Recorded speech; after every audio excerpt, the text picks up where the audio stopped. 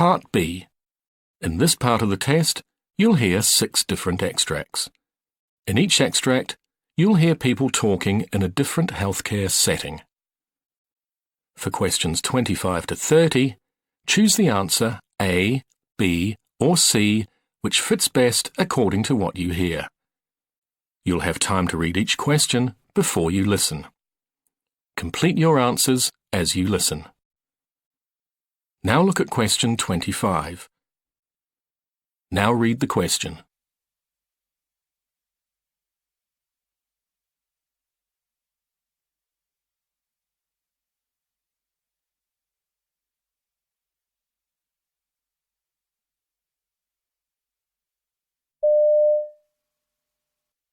Lydia, this is Glenn, surname Dutton. He's 78 years old. Probably you wouldn't believe he's 78. Date of birth, 1st of the 4th, 40. And he's woke up this morning with right lower quadrant abdominal pain. Level 7 out of 10 is what he's pegged it at initially. And really cramping in nature. So really been uncomfortable. He said there wasn't any trauma, but he's got this rigidity across his abdomen, and he's also got some contusions on that right lower side. Yeah, for sure. Let's have a Glenn. We're just going to lift your shirt up here, mate, so we can show Lydia. G'day, Glenn. I'm Lydia. Hi. We've just got those belts on lightly for you. You can see the contusion just all through here. Okay. So yeah, it's actually extending up into the upper quadrant as well. So yeah. Okay. Been there for a couple of days now. So. And no history of trauma? No history of trauma whatsoever. Okay.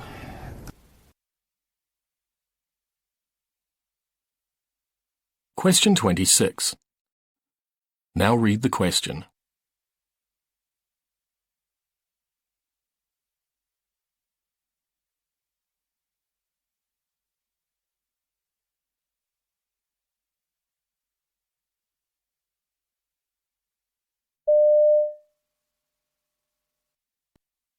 Telehealth is the use of technology to enhance healthcare delivery and services via online video, phone, or apps.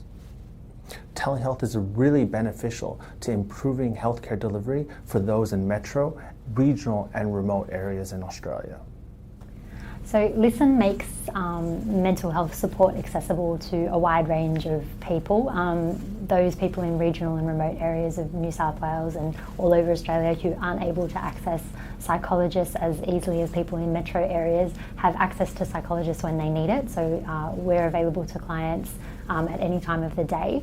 But for those people in metro areas that suffer from mental health issues that may find it difficult to get out of the house or leave the house for whatever reason, this is a way for them to still access the mental health support that they need. It also has benefits for busy working mums, for example, who might not be able to leave the house of a night time to go to an appointment.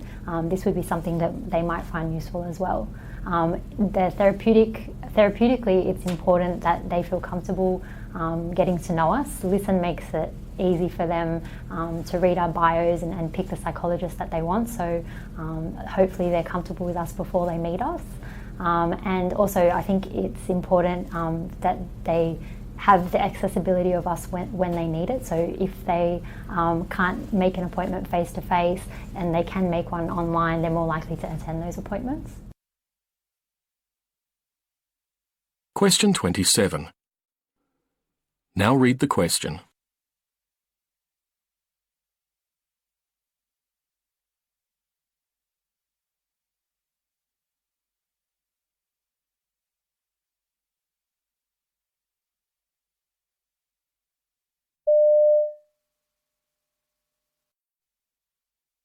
TMS has been around for a while. I mean, most people haven't heard of TMS, in fact, but there's actually probably about 20, 30 years worth of research in TMS worldwide.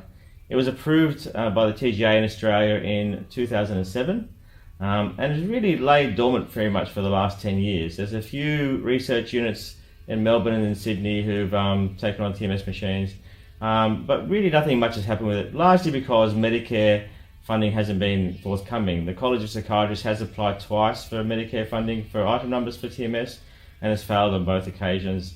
not because of efficacy. It really comes down to a cost issue for the government.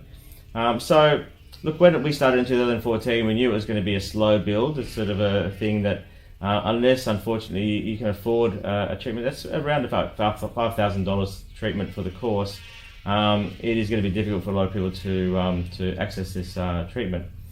So subsequently, the people we've been treating have been people who've been quite severely depressed. I think most psychiatrists are sending us really the most difficult types of depression that they're really struggling with. And we love that. We love the fact that we're having a go at treating the very most difficult types of depression. Question 28. Now read the question.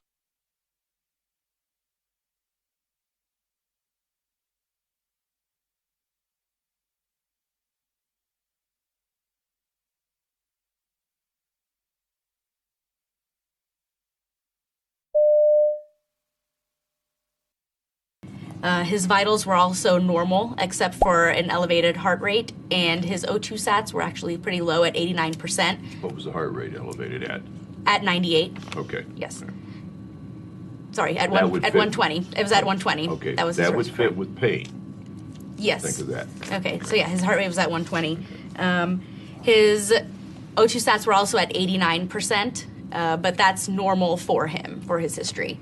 So, on physical exam, he was lying in his bed in obvious discomfort. He also appeared thin, but his heart sounds were normal, no murmurs. His lungs were clear to auscultation and percussion. He did have a scaly rash on his the flexor side of his elbow.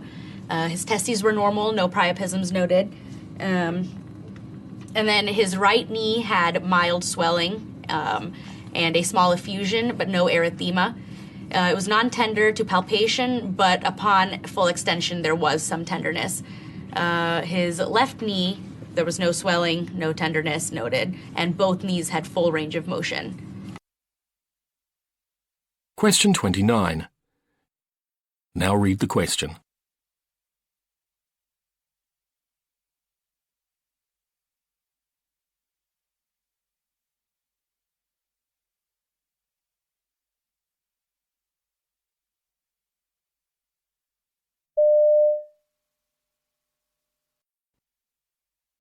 Our eye clinic has 25 consultant ophthalmologists and sees 30,000 patients a year. We're the only public hospital clinic in Western Sydney. Within the region, we know that there's approximately 14,000 people with glaucoma and probably that many again that need monitoring. We also know there's about 130,000 diabetics, about 30,000 of which probably have some sort of diabetic eye disease. It's not possible for us to see them all, but often these people have nowhere else to go, and so we've devised a system such that these people can be safely monitored in the community and only come into the eye hospital when really needed. Community eye care is a system whereby people who require monitoring for glaucoma and diabetic eye disease are seen in a community setting by qualified optometrists who send reports of a standardised examination to us electronically for review in the clinic. Only the people that actually require treatment come into the clinic, and the remainder continue to have monitoring in the community by those optometrists. Question 30. Now read the question.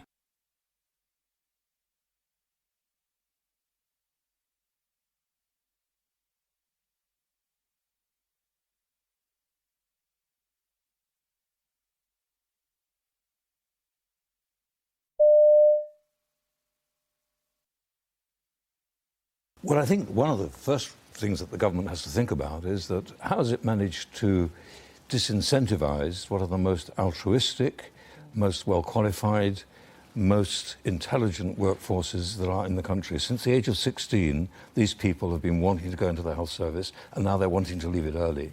And wanting to go into the health service and being trained at a very high level at great cost. At great cost, so that now, for example, one of the key issues with A&E is that now, of course, general practitioners are wanting to leave because they are so disincentivized because of the way they've restructured the health service with the disastrous 2012 Act.